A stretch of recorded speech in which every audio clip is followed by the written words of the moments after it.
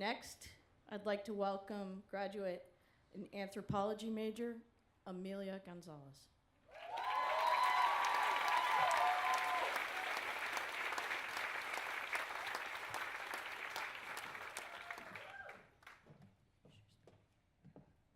Hi, everyone.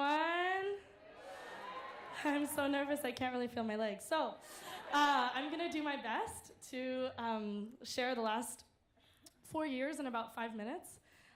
So, bear with me. And I might cry, too. So, yes. Okay. So, when I first came to Antioch, I remember reading a passage from my mentor in life, Daisaku Ikeda, from a book on lectures on value-creating education. Ikeda was at a university commencement and shared these words, quote, "As you know, knowledge and learning are not of themselves good or evil. After having spent 4 years studying at this Institute of Higher Education, you will be equipped either to become public-minded intellectuals or to put your talents to destructive antisocial use. Which you will become depends on how you exercise your free will. It is, however, my fervent hope that during the next 4 years, you will pursue your studies guided by a sense of justice and conscience," end quote. Since my first year, I have read this guidance over and over again. In August of 2013, before beginning my first year at Antioch, my father was sentenced to life imprisonment. The night before classes began, I received news that he had been officially sentenced. I remember thinking to myself, why am I here? What is the point of education when in reality it feels like my life is falling apart, and yet I'm here in the cornfields taking classes? But I always reminded myself that to study was a privilege, and regardless of what was happening in my personal life, I must challenge myself and do my best to repay my debt of gratitude to my parents, especially to my mother, who is here today. But shout out to moms. But she raised 4 girls on her own, and if it wasn't for her daily sacrifices, I would not be standing here today. Whew, okay. I am the first in my family to receive a degree from a private liberal arts school. These last 4 years, my father has heard about my college experiences and hardships through a recorded prison telephone. All I have wanted was for him to see everything that I have been able to challenge in my life and truly be proud of me. And I feel that today I can confidently look at him and say, I did it. These past 4 years have been the greatest training of my life. No one tells you that co-op is similar to jumping off a cliff, unless, of course, you have the wonderful Brooke Bryan by your side every time, or how working in the kitchens with Patty and Corey while blasting Spotify's Women of R&B playlist would be the best form of therapy, so thank you so much. Or even the relationships you build are more profound than what I could have ever imagined.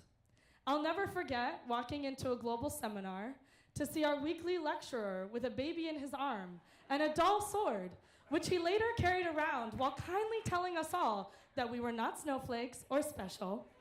There were so many fond memories.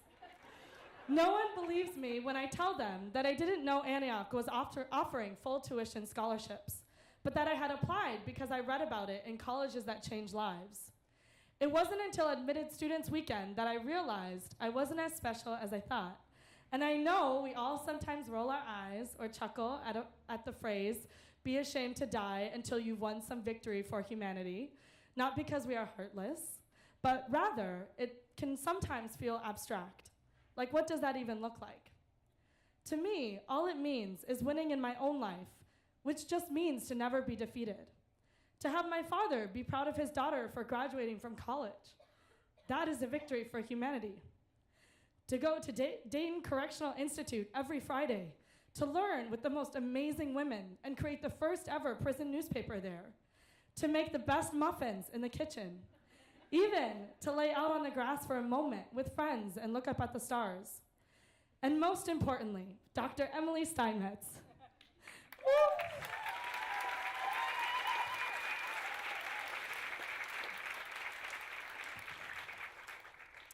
How could I forget you? Thank you so much for assuring us all that we would graduate.